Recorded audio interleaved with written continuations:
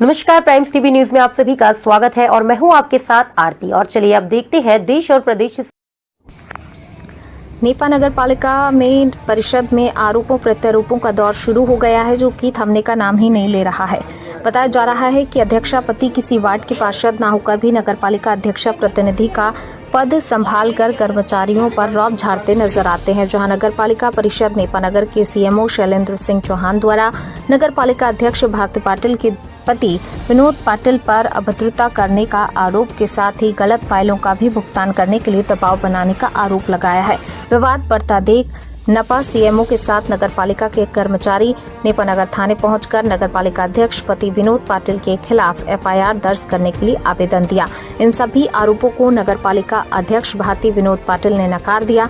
भारती पाटिल ने press conference कर CMO द्वारा लगाए गए आरोपों को नकारते हुए उल्टा खुद भारती पाटिल ने क्या आरोप लगाए हैं, हम आपको सुनवाते हैं।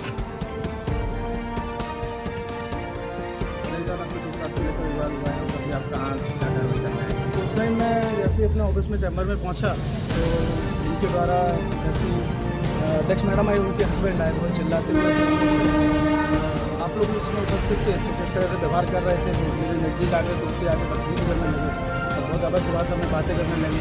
और जो भी है तो उनका लगातार ये डिफरेंस लगातार क्रिएट हो रहा है, क्योंकि उनकी जितनी भी गलत फाइलें हैं, जितने भी उनके गलत काम थे, मैंने उनको रोक दिया है।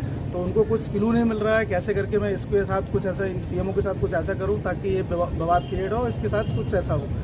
तो मैंने इनकी सारी फाइलें जो गलत काम थी वो रोक दिए। इनको जितना इनका डीजल था मैंने वो बिल्कुल बंद कर दिया। आप इसका प्रूफ ले सकते हैं कि इनके समय डीजल कितना भुगतान था, मेरे पास 1,60,000 तक मैं ले आया हूँ, तो जबकि इनका 2.5, 3, 4, 5 लाख रुपये इनका भुगतान वो रोका।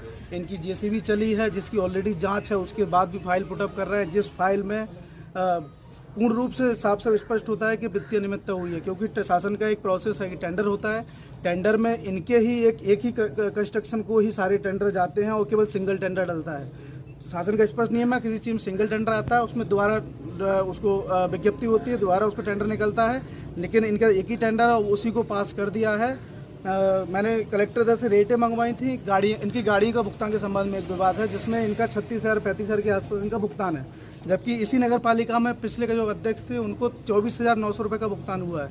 उसी गाड़ी का इनका 32 से 35,000 रुपये भुगतान कराना चाहते हैं। वो कहते हैं आप भुगतान करिए, वो दबाव बनाते हैं हर चीज़ का, गलत फाइलों का हमेशा दबाव। अभी तक मैं स्पष्ट मना करता आ रहा था, और जैसी मेरी शैली, आप मेरे कर्मचारियों से पूछ सकते हैं मेरी कार्य करने की शैली क्या है। और इनके द्वारा लगातार ये कहा जा रहा है कि मैं भ्रष्टाचार कर रहा हूँ। ये अधिकार करता है, आप शिकायत करिए, जहां आपको जाना है वहां शिकायत करिए, वहां से जांच समिति होगी, बिल्कुल जो जांच में दोषी पाया जाएगा उसके खिलाफ कार्रवाई की जाएगी। लेकिन आपके ऑलरेडी आपने इतना भ्रष्टाचार कर रखा है कि आपके 60-65 फाइलों की सूची लोकायुक्त में है, पीओडा के यहाँ जाँच हो चुकी है कंप्लीट, ये दोषी भी हो गए हैं सभी लोग, जिसमें ना कोई स्वीकृति है ना कुछ है, बस वो जेसीबी चलाते हैं। वही फाइल 2.5-3 लाख रुपए की मेरे पास ले आए हैं कि इसका पेमेंट करिए। इनका कोई भी कर्मचारी किसी को भी कैसे भी लगा लेना, हटा लेना, ये यहाँ इनकी वित्तीय अनियमितता और इनका इतना बर्बर रूप है कि आज वो मेरे सहन से ज़्यादा ऊपर हो गया। आप भी शायद आप लोग उपस्थित थे, आपको भी सबको संज्ञान है। तो अध्यक्ष मैडम कुछ मुझसे बात करती हैं, बेशक मैंने उनका सम्मान है, हमेशा सा सम्मान है, लेकिन वो कभी नहीं बोलती। उनके अध्यक्ष हमेशा बोलते हैं। वो जब मुझे चैम्बर में बुलाई, आप मेरे कर्मचारियों से पूछ सकते हैं, मैसेंजर से पूछ सकते हैं, प्यून से पूछ सकते हैं, मैं जाता हूँ, बिल्कुल उस समय जाता हूँ। लेकिन उनके चैम्बर में गेट बंद करके पार्षद पति, प्रॉपर पार्षद नहीं, पार्षद पति और इनके चिल्ला के वही फाइलें लेके कि आप साइन करिए, दबाव बनाते हैं, बहुत बदतमीजी से बात करते हैं। मुझे वहाँ से मजबूरन फिर उठना पड़ता है, रोकते हैं बार बार कि नहीं आप साइन करिए, मैं नहीं करता हूँ। उठ के आज ये हुआ कि इनने बुलाया, मैंने स्पष्ट मना कर दिया कि मैं आपके चैम्बर में नहीं आऊँगा।